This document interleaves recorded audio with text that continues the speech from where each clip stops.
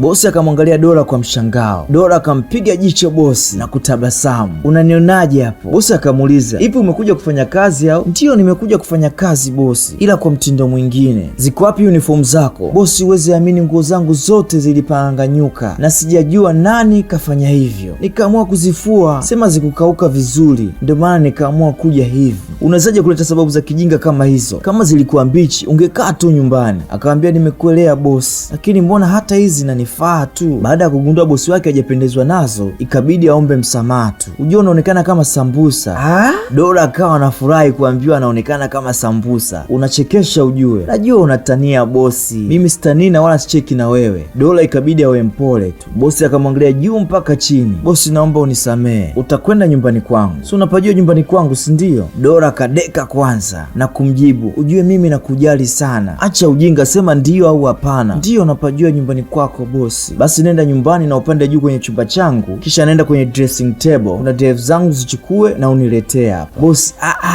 yaani umeniambia niende nyumbani kwako alafu nipande juu chumbani kwako alafu nikuletee mtalimbo hadi drive? Jamani bosi, najua hiyo itakuwa ishara ya kunipenda. We kama unanipenda niweke wazi tu. Hebu acha upuuzi we binti. Hivi unajiona jinsi unavyoonekana? Stupid laugh. Bosi akachoka na vituko vya Dora. Naomba uondoke. Sawa bosi, kwa hiyo unakuja? Akamwambia, kwa hiyo unakuja chumbani kwako? Bosi akachoka na kumwambia, unaweza kutoka ofisini kwangu? Dora akamwambia, sawa bosi, nitakuwa kwenye chumba chako. Akawa anaondoka kwa mapozi na kumwambia, nitakuwa chumbani kwako bosi, ila kuwa makini, ngoma nzito hii. Movie inaanza. Mlembo Dora anaingia ofisini kwa mara ya kwanza akiwa msaidizi binafsi wa mwamba anaitwa Yoshua. Mwamba anamuuliza, je, uko tayari kwa kazi? Jamani, niko tayari kila sehemu, niko safi, na maanisha mpaka chini. Akamwambia, bosi, naweza kufanya chochote na hii nguo ninaweza kuinama kama hivi. Bosi akawa anaangalia mzigo. Dora alipomwona bosi kasubaa, bosi akajifanya kuangalia pembeni. Dora akanyanyuka na kumwambia, nadhani umeona. Bosi akawa anamwangalia tu, kisha akamwambia, sasa unaweza kuendelea na kazi. Sawa bosi. Dora akawa anaondoka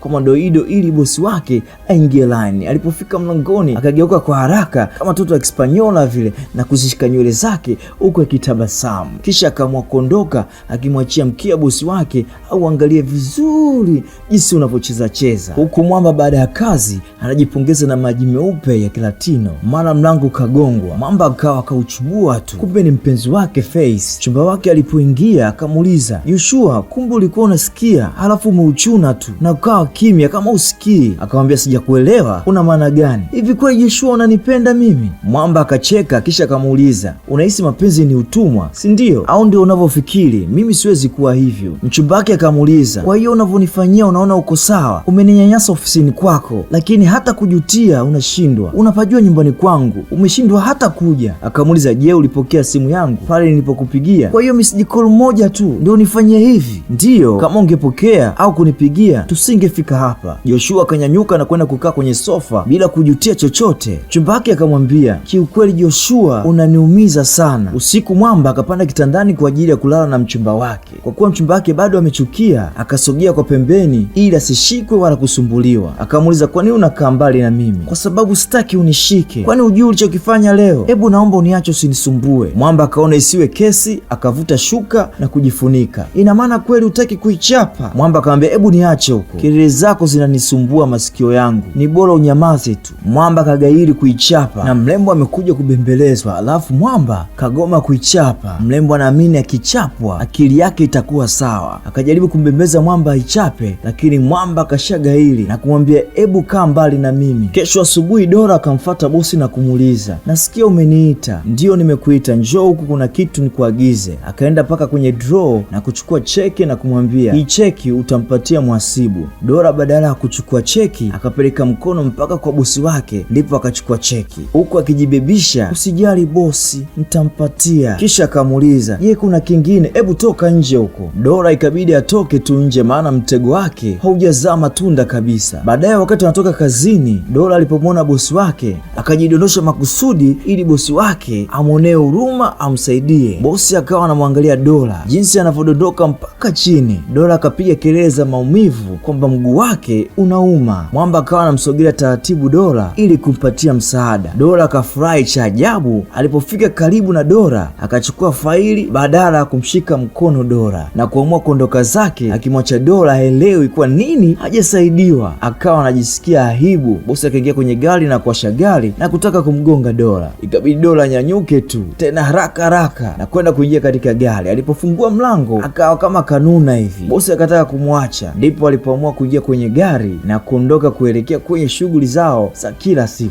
Dora akiwa anafua nguo nyumbani, kuna mdogo wake anaitwa Chidi akaja akaingia. Chidi akawa anamsifia dadake kwamba yeye ni mzuri, ana tabia nzuri, mtaani kila mtu anamsifia yeye. Dora akamwambia Chidi, hebu acha maneno mengi, wewe sema kilichokuleta hapo. Sasa umenena sister. Akamwambia kama nitawekeza kwenye hii biashara nitapata hela nyingi sana. Hii biashara inalipa sana. Yaani dada, faida nitakayopata nitanunua nyumba mpya kabisa, gari na kila kitu, na mama atafanyiwa upasuaji. Jamani Chidi, 10,000 tu. Wewe nipe 10,000 tu tunakuwa matajiri. Sasa faida gani tutapata kabla sijakupa hiyo hela? Kama kunipa 10,000 tutaingiza milioni 30. Mama! Dora akamwita mara 3. Chidi, Chidi, Chidi, nakupa 20,000.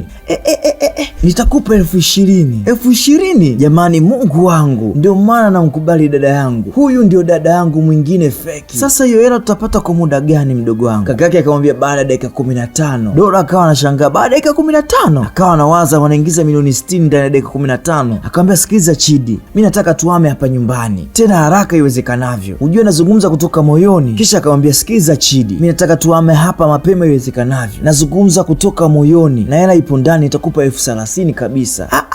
Unanipa 30,000? Ndiyo Chidi. Mama, ndiyo nakupa, wewe ndio mdogo wangu. Huyu sasa ndio dada yangu ninayemjua mimi. Dora akatafakari akamwambia Chidi, si unahitaji pesa? Ndiyo. Yaani ukinipa hiyo hela nikirudi baada ya dakika 15 tu sijui itakuwaje. Sikiliza mdogo wangu, nitaongeza 30,000. Ujue nikiweka 50,000 umaskini bye bye. Dora akawa anatafakari tena akamwambia mimi nakupa 100,000 kabisa. Jamani dada, kwani unatoa hela yote hiyo kwa sababu unachukia umaskini? Kumbe Dora alishamshtukia mdogo wake anataka hela kabeti, kwa sababu mdogo wake hataki kufanya kazi nyingine yoyote zaidi ya kubeti. Dora akaamua kumfukuza, maana Chidi analeta ujinga. Chidi akawa analalamika kwamba asimdharau kubeti kama kazi nyingine tu, ipo siku utanipigia magoti. Nitaka kushangaa, dada umebadilika namna hiyo na kuwa malaika. Leo ardhi ingepinduka leo. Akiwa ofisini, Dora akawa anamwelekeza bosi wake sehemu za kusaini. Bosi akawa na saini. Dora akajifanya kakosea na kupeleka mkono katika bega la bosi wake. Bosi akampiga jicho. Samahani bosi, haikuwa nia yangu. Dora akakusanya makaratasi yake aliyosaini na kutaka kuondoka. Wakati anaondoka, bosi akaona uchafu mweupe kwenye kishundu cha Dora. Una uchafu kwenye kishundu, nenda kajisafishe. Akamwambia uchafu uko wapi? Huku Dora anamsogezea kishundu bosi wake. Hebu nenda kwenye kioo ukacheki, kwa nini unataka nikuonyeshe mimi uchafu ulipo? Kwa sababu nataka unifute. Nikufute? Ndiyo bosi. Hivi wewe uko sawa kweli? Ndiyo niko sawa. We nifute tu, nimekuruhusu. Siwezi kushika vitu vyako private. We nishike, nimekuruhusu mimi. Usiogope, peleka mkono popote pale unapotaka. Nasema ondoka ofisini kwangu, kwa maana bosi hapendi kabisa mambo anayoleta Dora ofisini kwake. Jamani bosi, wewe ndio unaniona huku nyuma, nifute tu. Bosi hakumjibu chochote, ikabidi Dora aondoke tu. Mwamba akachoka. Sijui wewe ungekuwa bosi ungefanyeje? Ungefuta au ungelinda haki za unyanyasaji wa kijinsia? Akiwa nyumbani, Dora akawa anajiuliza kwa nini bosi wake hababaiki na yeye, au kwa sababu anavaa suruali. Akasema kesho lazima nivae nguo fupi, huenda ndio anazipenda. Dora akawaza mapozi atakayomwekea bosi wake na kuanza kuweka mapozi ya kutembea mdogo mdogo. Mdogo wake Dora akawa anamwangalia tu jinsi anavyoweka mapozi. Akamshtua dada yake, jamani Chidi, mbona unakuwa hivyo? Sasa mambo gani unaofanya? Au unataka kuanza biashara ya umalaya? Unaniita mimi malaya? Sasa ni mapozi gani hayo? Chidi akawa anataka hela kabeti. Kwa kuwa Dora akaona kama anampotezea muda, akampatia pesa ili akabeti, ili na wewe aweze kujiandaa na mazoezi ya kumtega bosi wake. Mdogo wake alivyoondoka, akawa anaendelea na mapozi kama anapiga picha hivi, kisha akaanza kutembea kwa mapozi taratibu, kisha akacheka mwenyewe. Kesho yake asubuhi akaingia ofisini akiwa amevalia sketi fupi ya kumtega bosi wake. Akaweka pozi kwanza, kisha akaanza kutembea kwa pozi kama Miss Uturuki vile akielekea kwa bosi wake. wake kwa tabasamu. Alipomkaribia bosi akapiga cutting kama Miss Tanzania vile. Bosi akamwangalia Dora kwa mshangao. Dora akampiga jicho bosi na kutabasamu. Unanionaje hapo? Bosi akamuuliza, ipi umekuja kufanya kazi au? Ndio, nimekuja kufanya kazi bosi, ila kwa mtindo mwingine. Ziko wapi uniform zako? Bosi, uweze amini nguo zangu zote zilipanganyuka na sijajua nani kafanya hivyo. Nikaamua kuzifua, sema zikukauka vizuri, ndio maana nikaamua kuja hivi.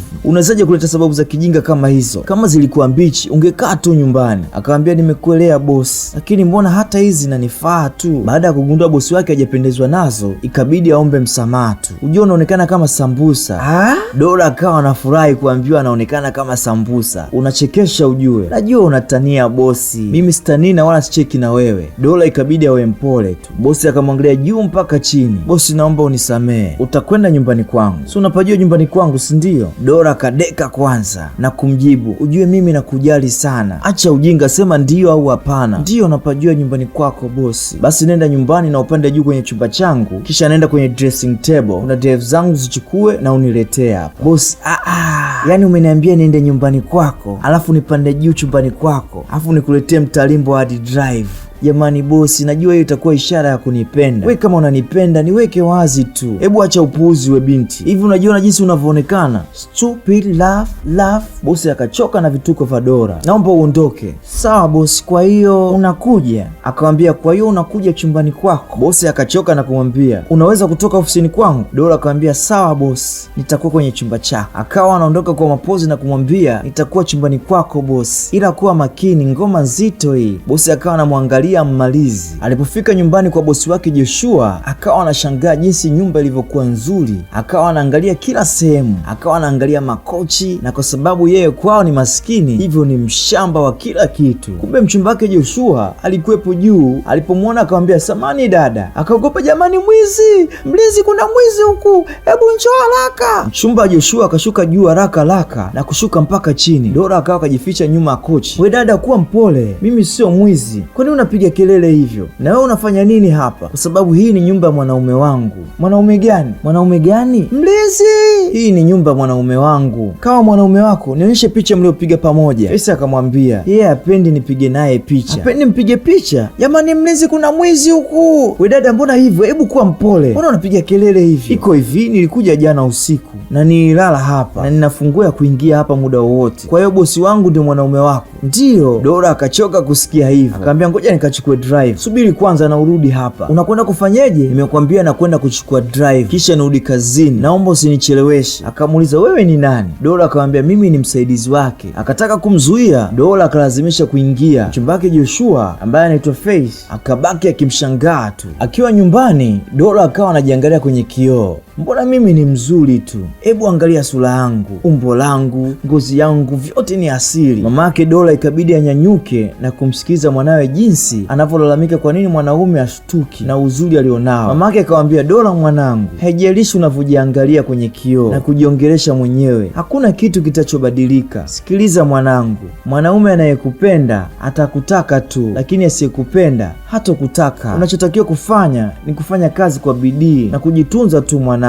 Baada ya hapo mwanaume anayekutaka atakuja tu. Jamani mama, mbona anafanya kazi kwa bidii na ninajiwekeza? Si unaona mwanao ninavyojiremba na kuvaa vizuri? Sikiliza mama, najua sina hela ya kununua nguo, ijapokuwa nina uniform 2 tu za kazi, lakini ninakuwa msafi pia, nimejiwekeza vya kutosha. Hebu niangalie mama ninavyoonekana. Mama akamwambia, kama nilivyokuambia, mwanaume anayekutaka atakuja tu mwenyewe. Cha msingi tulia, punguza pupa. Dora akiwa nje anamsubiri bosi wake, maana mchumba wa Joshua anaitwa Faith akawa anatoka ofisini. Alipomwona akamsalimia, hey, tunakutana Tei, ni PA si ndio? Hebu niambie unaitwa nani vile? Acha shobo we mwanamke. Unasemaje? Nimekuuliza unaitwa nani? Akamjibu, Doros. Oh, Doros, umependeza. Nguo zako ni nzuri, lakini mbona zinakubana sana? Inaonyesha maungo yako. Ya, hivi ndio napenda. Kwani wewe unanionaje? Umependeza, lakini kwa nini usivae kama mimi? Siwezi kutokana na kazi ninayofanya. Akampotezea Face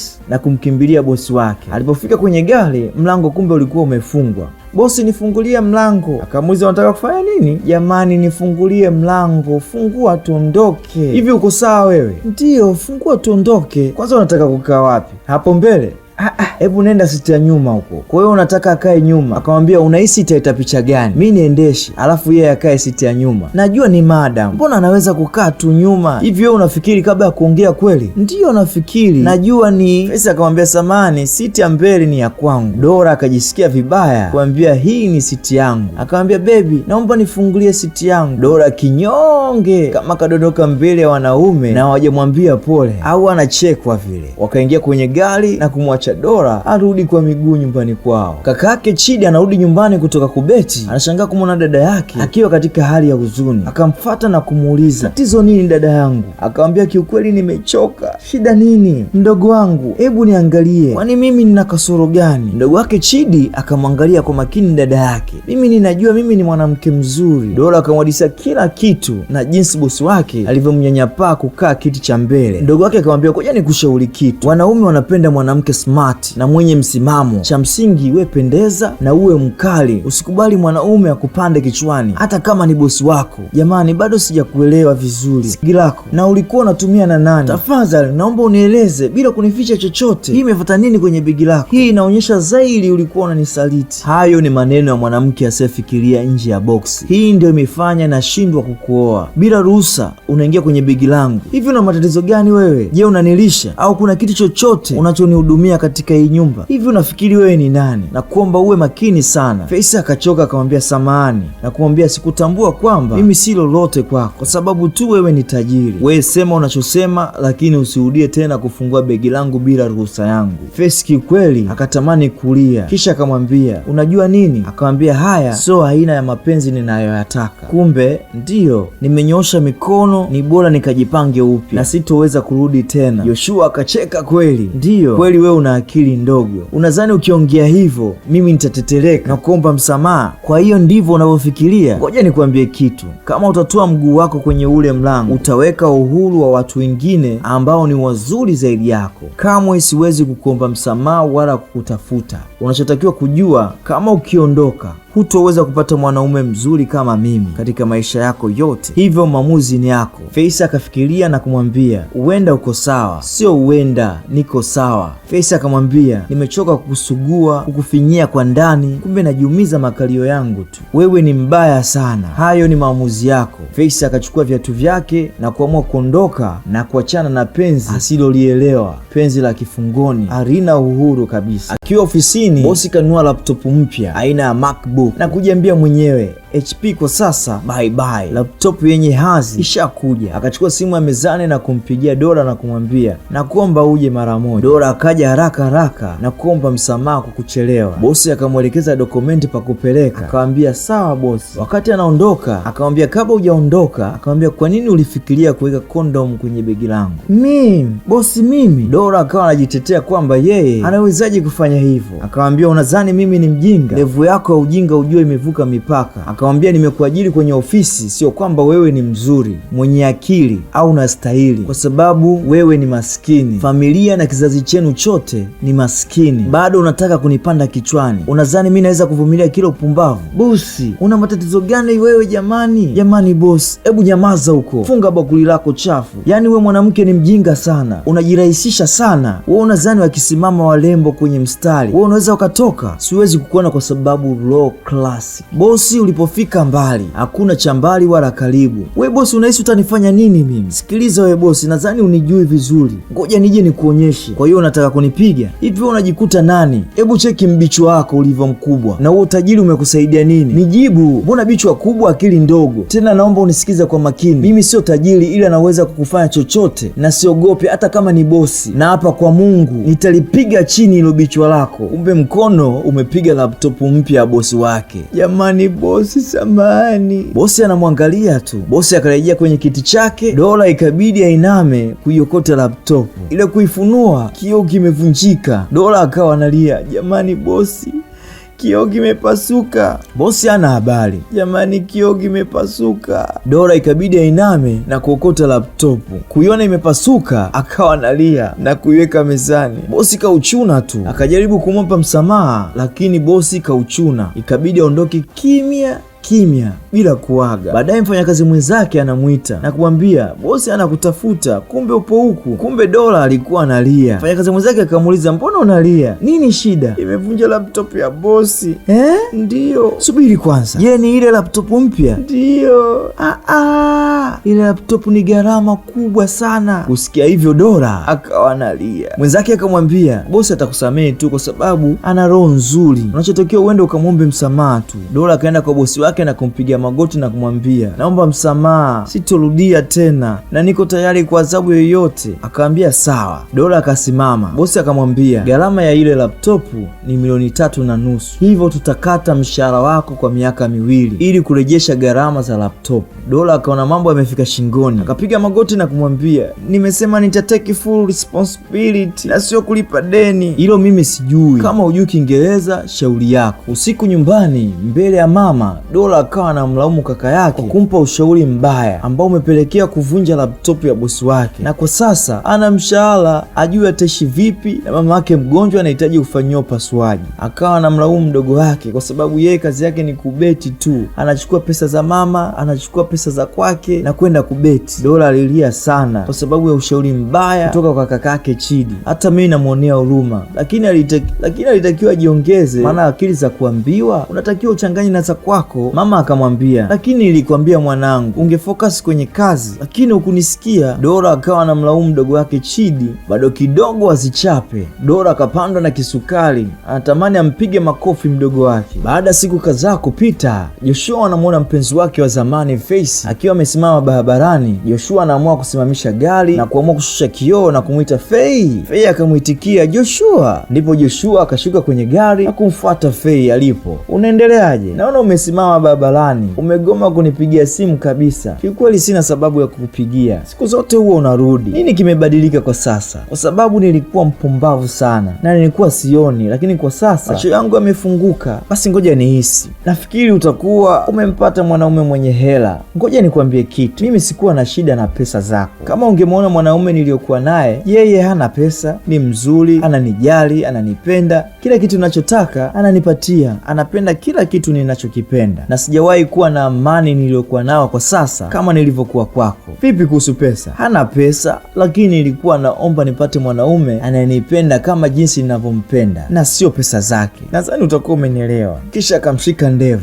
maana akatokea mpenzi wake. Jamani kipenzi, nilikuwa nakusubiri, mbona umechelewa? Mshikaji akamuuliza, huyu ni nani? Akamwambia, huyu ni mwanaume ambaye nilitaka kumsahau kabisa, alikuwa ex wangu. Mwamba Joshua ikabidi aingie kwenye gari na kuwa anawachungulia jinsi wanavyoswampa kwa miguu huku akiwa na furaha na tabasamu. Mwamba akarudi nyumbani, akawa anawaza jinsi nyumba ilivyokuwa kubwa na yuko peke yake, hakuna hata mtu wa kupiga naye stori au kumkorofisha kama alivyokuwa anamkorofisha Faye. Mwamba akawa anaamini Faye alimpendea pesa, ndio maana hata kama akimkosea huwa anarudi mwenyewe, na wakati mwingine Faye anaomba msamaha japokuwa yeye ndiyo kakosewa. Leo Joshua anatambua kuwa Faye alikuwa na mapenzi ya dhati, lakini yeye alikuwa anamchukulia poa tu na kuamini alikuwa anapenda pesa zake. Huku nyumbani kwa kina Dora analalamika Chidi kuchukua pesa zake na kwenda kubeti. Dora akaapa kutomsamehe mdogo wake mpaka ataporudisha pesa zake. Mara akasikia sauti ya Chidi kwa nje akiimba, akatoka nje haraka na kumkunja na kumwambia, naomba unirudishie pesa zangu. Chidi akawa anakataa kwamba hajachukua pesa. Chidi akamuuliza Dora, haya nipe ushahidi unaoonyesha nimechukua pesa zako. Dora akamkomalia arudishe pesa zake na kuamua kwanza kumsachi mfukoni. Alipomsachi mfukoni akamkuta na mikeka tu ya kubeti, pesa yote kawekeza kwenye kubeti. Dora akakasirika na kuzitupa zile karatasi.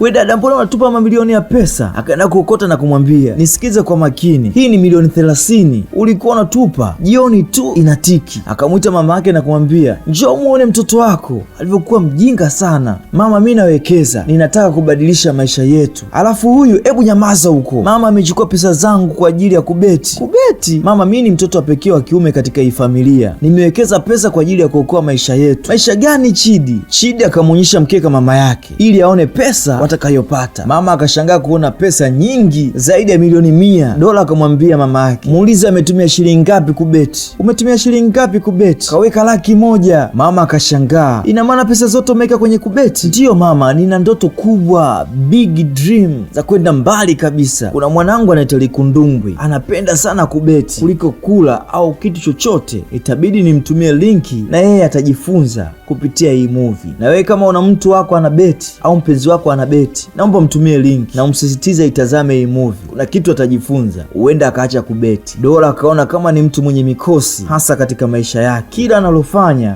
alifanikiwi. Kesho yake Dora akaenda nyumbani kwa bosi wake ili kumpelekea dokumenti za kazini. Bosi wake akazichukua na kumshukuru. Dora akamwambia, samani bosi, naomba nikuulize kitu. Kitu gani? Hivi uko sawa kweli? Ndiyo, niko sawa, kwa sababu huji kazini, kila mtu ana hofu na wewe, hata mimi na wasiwasi juu yako. Akamwambia, niko sawa na nitakuja ofisini nikitaka. Kwa hiyo hutaki kuja kazini bosi? Je, una swali lingine? Bosi, ujue unaweza ukawa na matatizo ya akili. Unasemaje wewe? Naona kama dishi lako limeyumba. Nimekwambia niko sawa. Bosi, naomba unielewe, kiukweli nakuonea huruma tena sana. Jionee huruma wewe, sio mimi. Maana simu ikaita. Bosi, naweza nikapokea simu? Akamwambia, unaweza tu, na kuamua kuondoka zake. Dora akauliza, nini? Mama akafanyeje? Kumbe mama yake Dora alidondoka na mdogo wake Chidi akampeleka hospitali. Dora akaenda mpaka hospitali na kukuta mama yake amelazwa yupo kitandani. Mama yake kumbe alipoteza fahamu.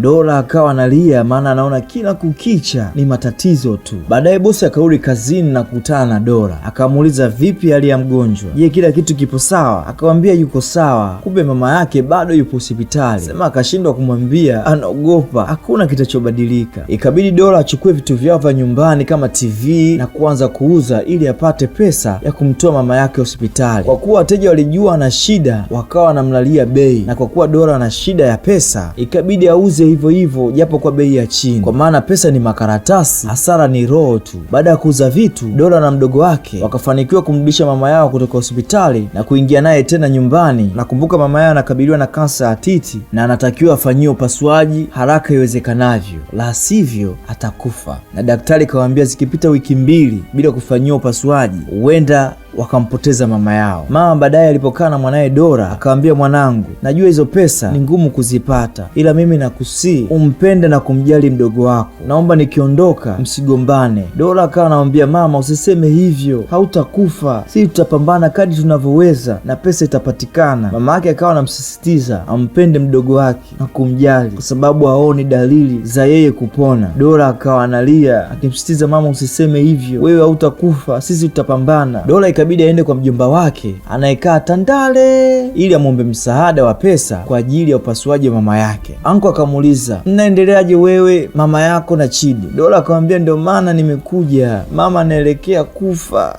Mama yako anakufa? Mbona sikuelewi. Mimi nilijua utaniambia amekufa, maana yeye ni mgonjwa siku zote. Usiseme hivyo anko, mama yako ni mgonjwa, haina haja ya kuficha. Mimi ninachokuomba mwache apumzike tu, tena kwa amani. Hapana anko, haiwezekani, nimezunguka kila sehemu, nimemtafuta kila mtu, hakuna hata mmoja kutusaidia, nikaona nije kwako mjomba. No. Mimi sina msaada. Ngoja nikwambie kitu mwanangu, mimi hapa na mgonjwa, tena namlisha kwa kijiko. Hata baadhi ya watoto wangu wamekosa ada ya shule. Kilichobaki hapo ni kwenda kanisani tu ili kumwomba Mungu amsaidie. Anko, najua baba ameacha ardhi, kwa hiyo tunaweza mwanangu, najua unachotaka kusema. Ngoja nikushauri kitu mwanangu, haina haja ya kuuza ardhi ya baba yako. Aya, acha tuseme umeuza na kumtibia, bado atakufa tu. Mungu wangu, mama yangu atakufa. Ngoja nikwambie kitu ambacho hujui. Jamani, Mungu nisaidie. Hapo kilichobakia ni kumwombea tu. Mimi ni mzee, ninajua ninachokisema, unachotakiwa kunisikiliza. Dora akachoka, akanyanyua begi lake na kumwambia, naondoka. Unaondoka?